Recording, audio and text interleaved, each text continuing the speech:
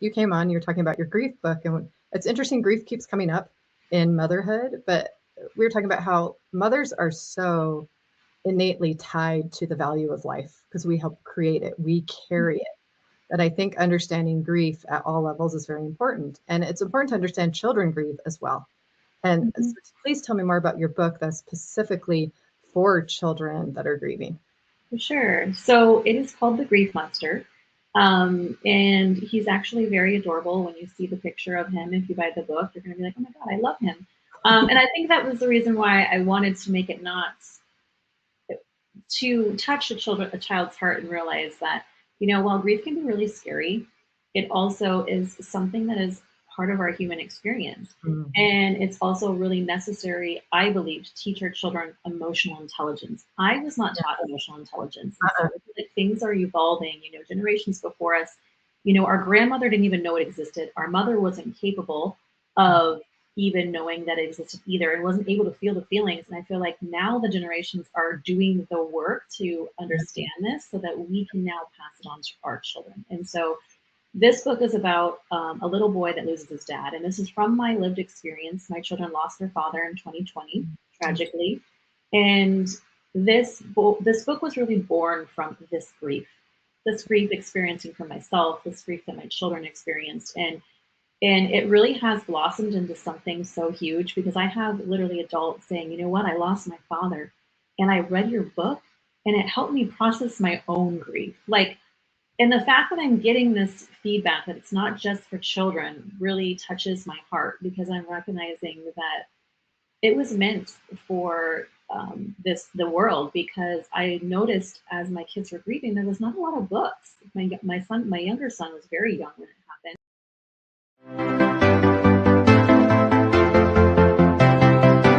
Hi, it's Tiffany Lauren Galloway, certified high performance coach, with another episode of the Resilient Mother podcast. Yes, I cut my hair. Okay, first one doing it. I like it. Everyone seems to like it. So anyway, yes, noted. The hair.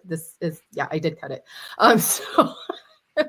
Well, we have another episode about resilience and motherhood and healing and becoming your full authentic self and being the mother that you want to be, which is something that's near and dear to my heart and I love talking about. And today I have Brooke DeAnne with me, who is a life coach, and she's got some specialties. We're going to talk about hypnotherapy and her brand of healing that is for mothers, and her book on grief that has helped a lot of children and adults with their process of healing. So, Brooke, thank you for being here. Please tell us a little bit more about you. Thank you. Thank you for having me here. I really resonate with your podcast and just the fact that you're talking to moms. Being a mom, I think, is really a really important job, right? We're raising these children to be, people of society and create, generational lineage. And I think it's a really important job. So the work that I do is to help women heal from deep traumatic past. So childhood wounds, sexual abuse, physical abuse. So, women that have been in very abusive relationships, not just physical, but emotional abuse. And I am very passionate about it because it was my story. My story was, having really a lifetime of abuse and having to kind of come out the other side. And it's why I do what I do now. Yeah. And that makes it so much more. What I mean is, like, you took your mess and made it a message. Like, you're not only going to be able to coach, you're going to be able to validate what somebody's saying. It's not theory. It's, these are the things that I did that worked, or these are the things I tried, or these are the techniques that have worked for other people. And I think we're really looking for that today. We're looking for a more authentic human experience in any process that we're pursuing. And when you mentioned you did hypnotherapy, that's something I haven't tried. So that perked my interest when we were talking. And no one's ever really explained how that works or what the technique is. Could you go into that one? That might be one that a mom out there wants to try who maybe hasn't tried before. Yeah, I mean, I'll be honest. A lot of people are like, well, we've watched people it happen on stage. And so a lot of people are a little afraid, right? They're like, well, I don't want someone controlling my mind. And I don't want to just like pass out. And so we've kind of like have this like image or kind of fear around it as well, because it's not been looked well upon. Right. And a lot of people think that I'm there to control your mind. And it's not that type of experience at all. So I want to like rest everybody. Let rest their worries here, that it's actually an experience of where you're in a hypnotic state all the time throughout the day. You just don't realize it. So when you're driving your car and you kind of zone out for a minute, you are in a so-called hypnotic state. You're in your subconscious mind, and your mind is kind of just leading you where you're going. And that's why you arrive and you're like, oh God, I didn't even pay attention. Like, how did I get here? Like, I was totally zoned out. It's just this space where you kind of go into that zone. And that's what hypnotherapy really is. It's going into this brainwave, relaxing the nervous system, and really accessing this other part of your brain that needs kind of like someone to help you guide your process.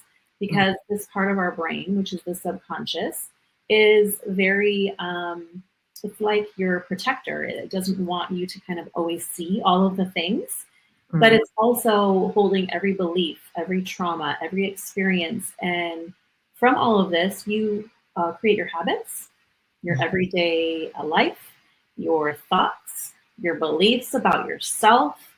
And it's really the access or the gateway to changing how you view yourself, or processing a traumatic event, and kind of rewiring your brain. And so that's really the power of hypnosis. And I want to tell people the reason why I do it is because in my own journey, I did traditional talk therapy. And I was really struggling. I had complex PTSD, severe anxiety, and they kept telling me, oh, just be present, or just do these little tools. And nothing was working. I was so frustrated. And so I was like, there's got to be something else. There just has to be. And that is when I found the hypnosis that I do, which is RTT hypnotherapy. And it really helped me blow through some of my blocks, patterns and habits and things I didn't even know I was doing.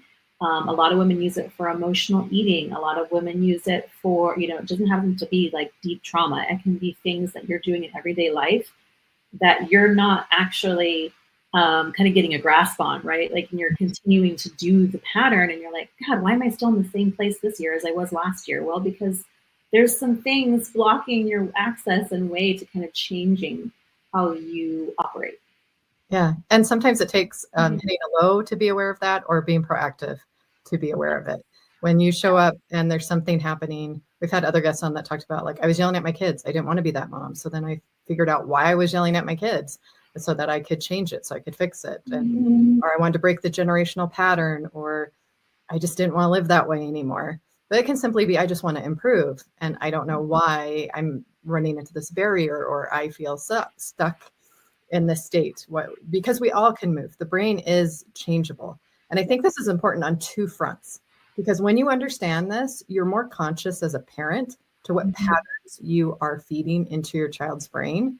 Because when you do this amount of work on yourself, you go, I don't want my kids to have to do this much work on themselves at my age, or I want them to have less work, or, we don't want to screw up our kids. Now, none of us are perfect. We're not going to get it all right. But when we understand how the brain works, how it develops, it gives us more patience with where they are at developmentally, so that we can remember we're the adult, they're the kids. But also we can think about the trajectory of where those actions will take them, or how it's going to affect their identity, or their self-esteem, or their eating habits, or those different things. So if there's any habit in our life or something in our daily routine that we just can't quite figure out what it is, likely it's in this subconscious area where we don't know it's being stored, where we don't know where it's coming from. And it may take a coach or an experience or someone else to point it out. And I myself have done a ton of talk therapy and kind of ran into the same thing. I'm like, okay, I can talk all day long. I can write a book on this. Yeah. Working on a book on this, it'll still take a while. There's a lot of pieces, but it's great to get it out. And I think that is important to have techniques that get it out. But these techniques that rewire the brain over and over again, I'm like, that was finally the thing that worked from someone, or that was finally the thing that helped me to change this change that I wanted to make. The human spirit is just amazing, especially in a mother who's motivated by love. We shift, because it's not about us anymore. It is about our family. It is about this new identity that we take on to protect life. Life, we see is very, very precious. And when you came on, you were talking about your grief book, and it's interesting, grief keeps coming up in motherhood, but we were talking about how mothers are so innately tied to the value of life, because we help create it. We carry it. That I think understanding grief at all levels is very important. And it's important to understand children grieve as well. And so please tell me more about your book that's specifically for children that are grieving. For sure. So it is called The Grief Monster. And he's actually very adorable. When you see the picture of him, if you buy the book, you're going to be like, oh my God, I love him. And I think that was the reason why I wanted to make it not to touch a child's heart and realize that, while grief can be really scary, it also is something that is part of our human experience. Mhm. And it's also really necessary, I believe, to teach our children emotional intelligence. I was not taught emotional intelligence. And so like, things are evolving, generations before us, our grandmother didn't even know it existed. Our mother wasn't capable of even knowing that it existed either, and wasn't able to feel the feelings. And I feel like now the generations are doing the work to understand this so that we can now pass it on to our children. And so this book is about a little boy that loses his dad. And this is from my lived experience. My children lost their father in 2020, tragically. And this book was really born from this grief experiencing for myself, this grief that my children experienced. And it really has blossomed into something so huge, because I have literally adults saying, you know what, I lost my father and I read your book and it helped me process my own grief.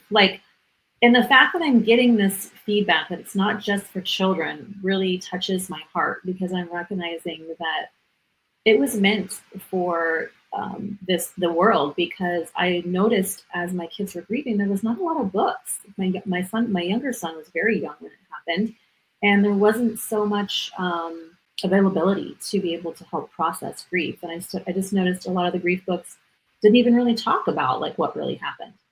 It was not really there front and center, like, oh, I lost my dad or I lost my mom. It's like, well, it's kind of, you got to be front and center with it, and you have to deal with it. You got to process it.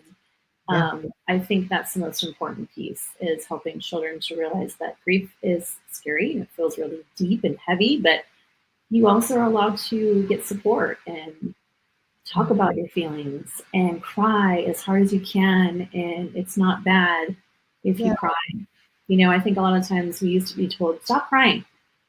Oh, yeah. If you're crying, like, why are you crying? Because our mothers didn't have the nervous system that would create that safety for us to allow our emotions. They just kind of wanted them, because they were already dysregulated. And so they just wanted everybody to shut up. Right. So it triggered something in them, right? Yes. Yeah. And so it's like, now it's recognizing, this is the time where we need to teach our children, you know what? I have boys. I tell them, you're supposed to cry. Feel all of your feelings. If you're angry, let's scream it out. Let's go and punch something. Like, let's go. I mean, obviously don't punch anything that's going to hurt anybody, but we find a safe place to let out those big emotions and know that it's okay. And what you're talking about is really important to differentiate. And the sooner we do this, I think it's easier to be emotionally intelligent. Is emotions are the biological reaction our body has. It is not us either. Like, my emotion that I experience is not me. I feel bad, therefore I am bad, for example. And so when a parent said, shut up, be quiet, don't feel your feelings, my feelings are bad, then you stuff them and they eventually come out somewhere else. And maybe you had to do that subconscious work to find it out. So it's better to recognize I'm having a biological experience. Oh, I am feeling it. And kids feel it 110%. That's why you see the big tantrum or the big blow up or the big yay. They're not holding back at all authentically to what that emotion is. But we have to teach them what the emotion is. And so with grief, it's a tricky, a little more complex emotion, because everyone grieves loss in a different way, but it is an emotion. It is a human experience. But the feeling, emotions and feelings are different. Feelings are the meaning we put on that emotion. So when we can separate ourselves from the emotion and go, oh, this is grief. Well, what does that mean for me? Then we don't get caught up in losing our identity in the feelings, and we lose this, I don't have control of my feelings right now, because we recognize they're separate from us. They are not us. And that, I think, is the emotional intelligence that you're talking about, and something that just really helped me to understand it and separate it and go, oh, I am in control. Not the emotion is in control. I am in control. But you do have to learn the right techniques. Breathing techniques are like the number one for calming the nervous system down. Sounds so simple. I breathe every day. But breathing techniques, you'd be surprised, really calm you down. Or meditation, or these things that slow everything down. And that's a good place to start. And then the counseling, and then the more complex stuff. So it kind of builds on each other. And we're moving way more in the direction of being accepted for all of these things and giving children more tools and opportunities to be mindful, to slow down, to breathe, and those different things. So with your experience with moms and children and the work that you do, who have you seen as an example of real resilience, that they've come out of a lot of trauma, maybe PTSD or some very hard situation, and this work has allowed them to strengthen themselves and bounce back faster? I really tend to attract the people that have been through some pretty severe trauma, because it's very much my story. So I've seen women come back from loss of their children. Oh, I have seen women come back from severely abusive relationships and not knowing who they are, losing their entire identity. Suicidal. I've helped suicidal people to be able to rewire their brain for a different thought. Because really, when we have suicidal ideations, and this is a heavy topic, a lot of it is just repeated pattern and thoughts that are ruminating, and we're just stuck in them. And they're uncomfortable. They're scary. They're dark.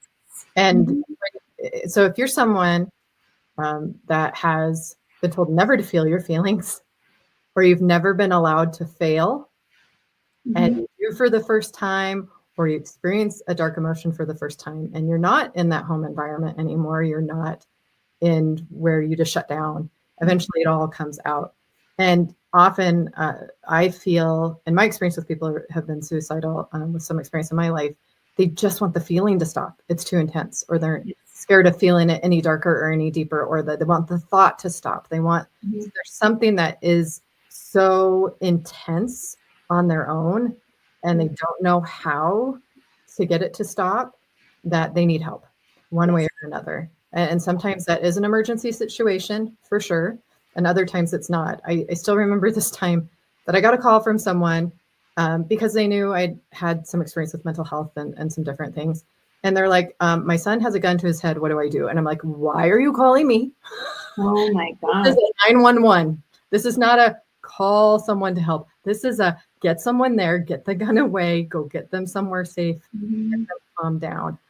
So it's interesting, because I think the subject scares people because they don't know what to do in a lot of these cases. And it's not just them not knowing what to do, it's the person experiencing it not knowing what to do.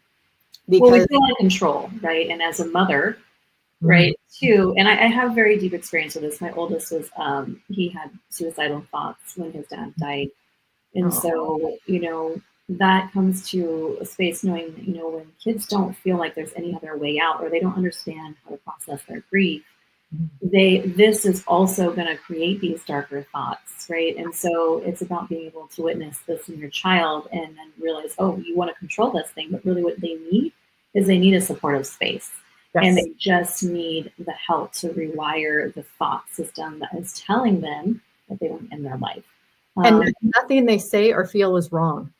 I really cannot stress that enough, because what they may ask for in their grief, for example, or what they may ask for when they are in a low, those are needs that need to be met.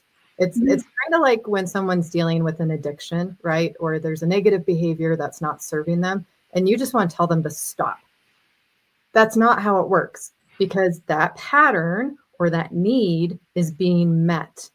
So it needs to be replaced. So when someone's in a place like this, they often need the opposite of whatever's going on. Love. They need room to figure it out, say whatever they need to say, find a way to get to a healthy outlet that meets the need. And I think sometimes it's not a need we can meet on our own. And as a mom, it's absolutely something we want to be able to help our children with. And there are far too many of them dealing with this today. Far, far too many. What are your insights on some of those things? I think a lot of it is because, I totally understand what you're saying too, and that in learning and teaching women how to now meet their needs, because they weren't taught that in the beginning, or they had that emotional neglect that happened, and then now they don't even know what their needs are. A lot of them will be like, well, I don't even know what my needs are. What are you talking about? You know, like, I don't even understand this. So it's about being able to see that, yeah, no matter what, you are literally wired to meet your needs, whether that's positively or negatively.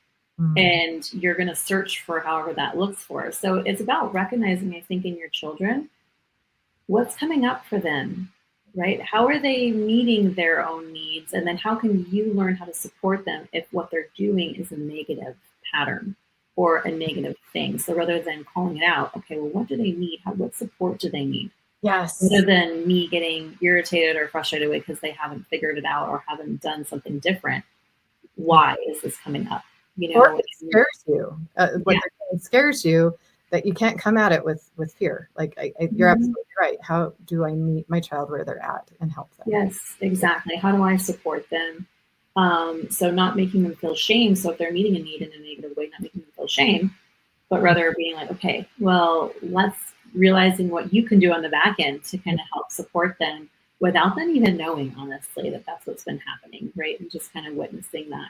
And now you get to be the support system to them. And that's really honestly a big teacher. I think our children are teachers in our lives, just like our relationships. Oh yeah. You know, we can witness and see things in our children. And they're like, okay, well, what did I fail at here? Which, you know, this is, you know, being human, right? We as moms, we do fail. We make mistakes. Okay, we are human. We cannot be perfect, and there may be things that we didn't do that we weren't able to. We weren't capable of at the time.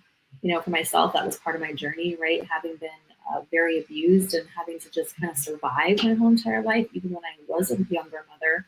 You know, I did the best with what I had, and I had to kind of let go of that shame and realize, okay, now I get to change these patterns.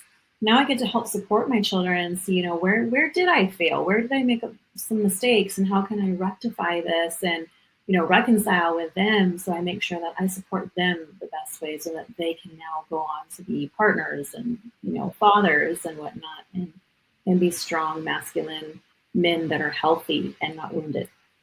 And I think when we work in this space, the best thing we can do as coaches, as people that want to support, is to be curious, not to judge, but to be curious. Oh, why did they do that? I wonder what's behind that. I wonder what support they need. I think that's the key word, is just to be curious and kind and loving towards our fellow man, because shame and guilt all come from comparison often, or someone else's judgment that just hit us in the wrong way. And that could be voices of the past, from expectations that somebody else put on us, or the ones that Reliant Society put on us. But I think you'll agree that every mother's journey is unique. And when she is willing to do this work, she gets to decide how she shows up for her family. Because if she's done this work and she's able to heal herself, she's certainly going to know what's best for her children and for her household. And it may not look like what you do. And that is perfectly fine, because you're not in that household. You don't know what works for that kid or that kid. And yes, all the kids are different, and they did not come with a manual. So I think we have to step away from just making quick judgments, which unfortunately our social media actually perpetuates and is designed to, and it's really affecting our society in a very negative way. It's these deeper conversations I think people are getting attracted to in podcasts and different places, and hearing people's stories of their hero journey or their triumph, or turning their mess into their message is more of what we need, because that's lifting us all up. And it's showing that, come along, I came this far, now let me help you come there faster, and let's go further together. Yeah, I completely agree. I love that you're saying that, because it is true. There has been such negative effects from kind of how we are all coping in society. And, you know, we can kind of really see how it's affecting our children, especially. And things are so different than when we were younger. And now it's like, okay, well, how do we adapt and pivot so that we can create healthier children and healthier society overall? It's really big jobs, and we need to take it seriously. Like, it's more important than our careers. It is the most important job, because we decided to take this journey in being a mother, and we have to own it, and we're accountable for it. And we live in a day where, at least here in, you know, the developed countries, a lot of our needs are met. So that survival mode anymore now, if we're doing that, we're creating it, to be honest. Oh my goodness. Yes, you're so right about that. And so it's really more of a war of our mind and our health, our mental health, and our health in general, of doing things that still fulfill us in a lot of way. We have so much entertainment available to us that entertainment is no longer entertaining. For example, in some cases, in some countries, or we had to work really hard and then we got the weekend, or we got to work really hard and then we had leisure. There's so much leisure that leisure is there's this new frontier of having to push yourself as a human being to enjoy life and to grow and to not feel stagnant or to become a consumer, which so much of the marketing wants to tell you there's something wrong with you. You need this, or we need to fix that, instead of you're the only you in the universe. How cool is that? How do I help you develop that so you can fulfill your purpose? And I think that we can move that direction for moms of let's not let them miss out. Let's help them use these tools to enhance who they are and how to truly be happy. There's like a university that now has a new happiness degree. Why did we need that all of a sudden? Come on. That's hilarious. Well, because many people struggle with that. So when you're unhappy or uncontent or struggle in life, and it comes from not being able to live in the present moment. Yeah.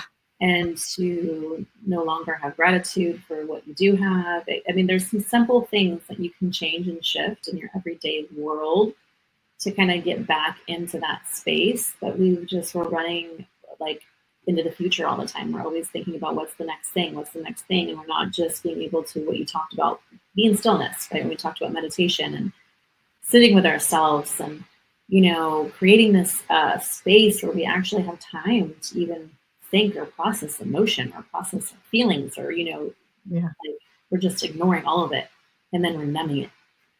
Yeah. But we're creating it. We're creating our lives. For sure. If you understand that, then it's really that time to be honest with yourself. How did I get here?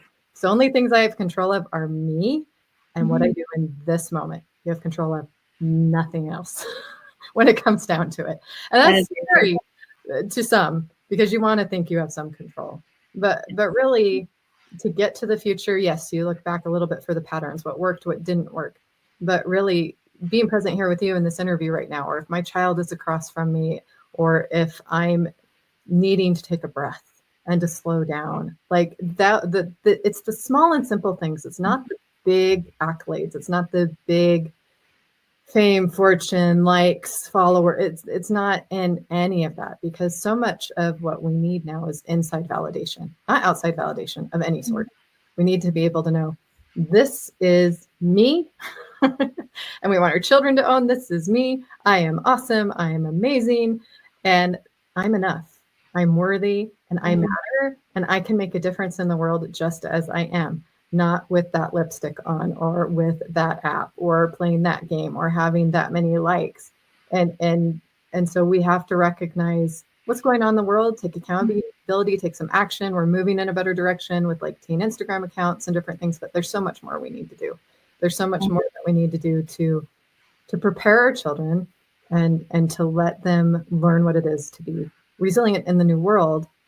Because if they can learn to stay curious, if they can understand that they're creating it, if they can be creative and curious instead of scared and perpetuate a survival mode, instead if they can go, okay, well, how do I fit in this new world? What am I going to contribute? What can I do? And get excited about it instead. I think that'll be a huge shift. And I think with coaching, when you get a breakthrough from somebody is when they do wake up and go, oh, well, that was just a thought or a pattern. That's not what I thought it was. Okay, let's get curious about what the next thing is. You start to be able, I mean, it's 3 steps forward, 2 steps back. It's work and you're never done, honestly. But those little breakthroughs in those moments are those moments when you realize possibility. You realize that more is possible.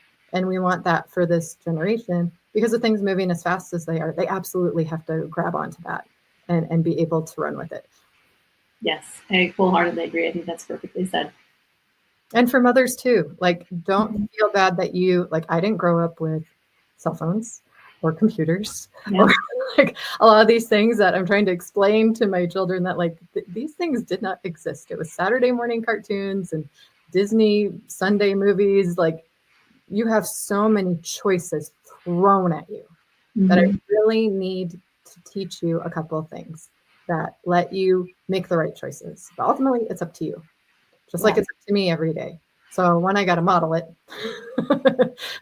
because I can say it, but if they see it, it's got to match. So I've got to be congruent. And I think the work that you do too, a lot of people come to you when they feel like they're off, that they're not themselves, that they're not congruent. And the point is to get them back to their authentic self, or maybe finding their authentic self for the first time. In your work, do you feel like you were finding yourself for the first time, or do you feel like you were coming back to self?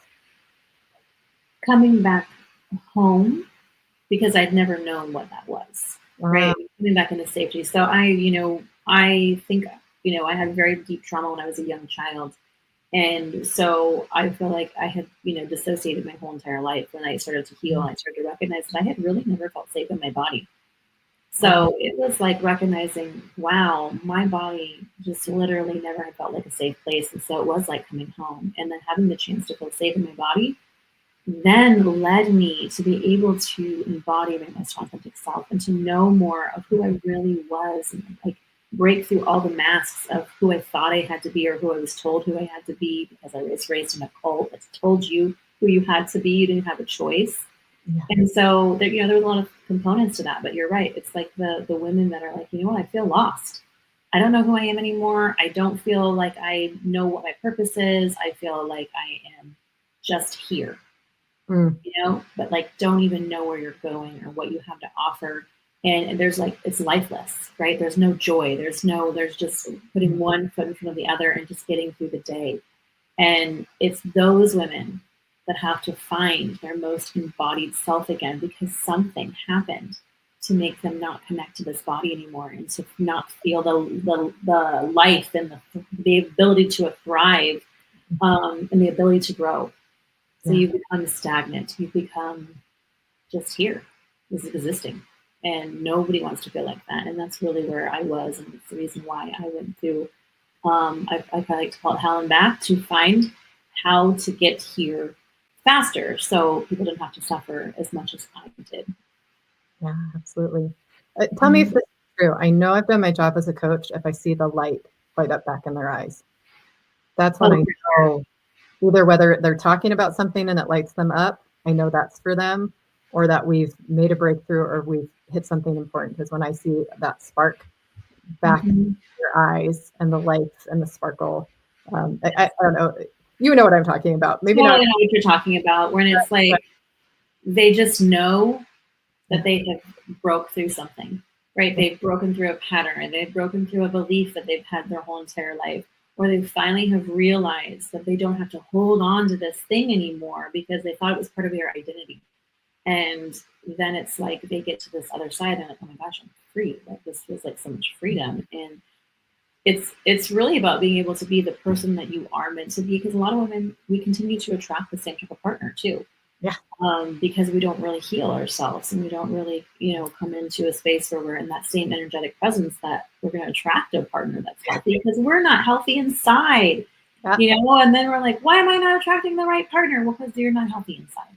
You're not on the right vibration yet, dear. Yeah, exactly. So you got to clean all that stuff up, and then that's when things are going to happen, and it's going to all come in for you, because we have to do the work. Yeah. And I love how you almost summed it up by saying we come back home, because children come into this world with all sorts of sparkle and light in their eyes. They're a clean slate. They're a genius. They have all the potential in the world.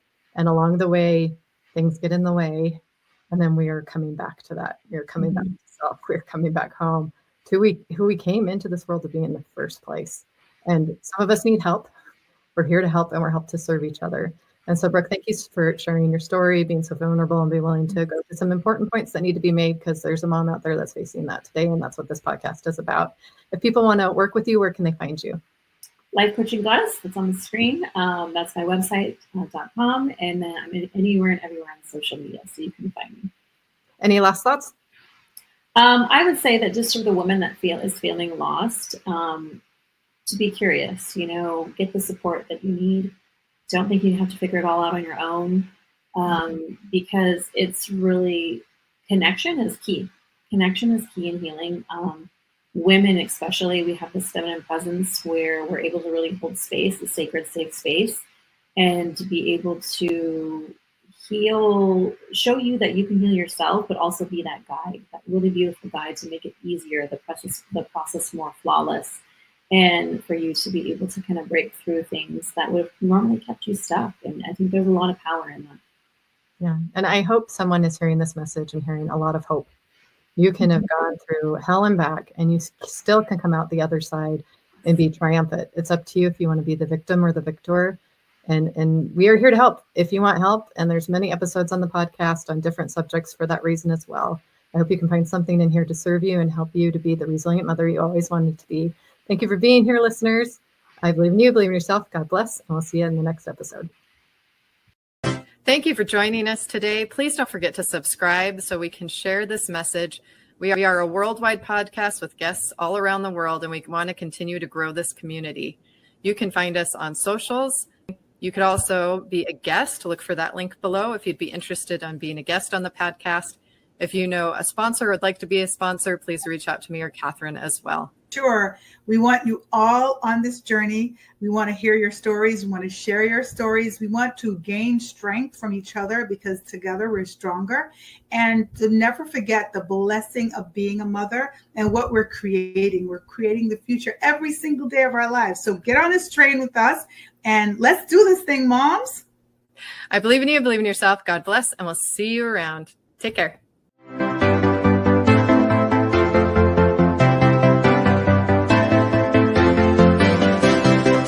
Thank you for joining us today. Please don't forget to subscribe so we can share this message. We are a worldwide podcast with guests all around the world, and we want to continue to grow this community. You can find us on socials. You could also be a guest. Look for that link below if you'd be interested in being a guest on the podcast. If you know a sponsor or would like to be a sponsor, please reach out to me or Catherine as well. Sure. We want you all on this journey. We want to hear your stories. We want to share your stories. We want to gain strength from each other because together we're stronger. And to never forget the blessing of being a mother and what we're creating. We're creating the future every single day of our lives. So get on this train with us and let's do this thing, moms. I believe in you, believe in yourself. God bless, and we'll see you around. Take care.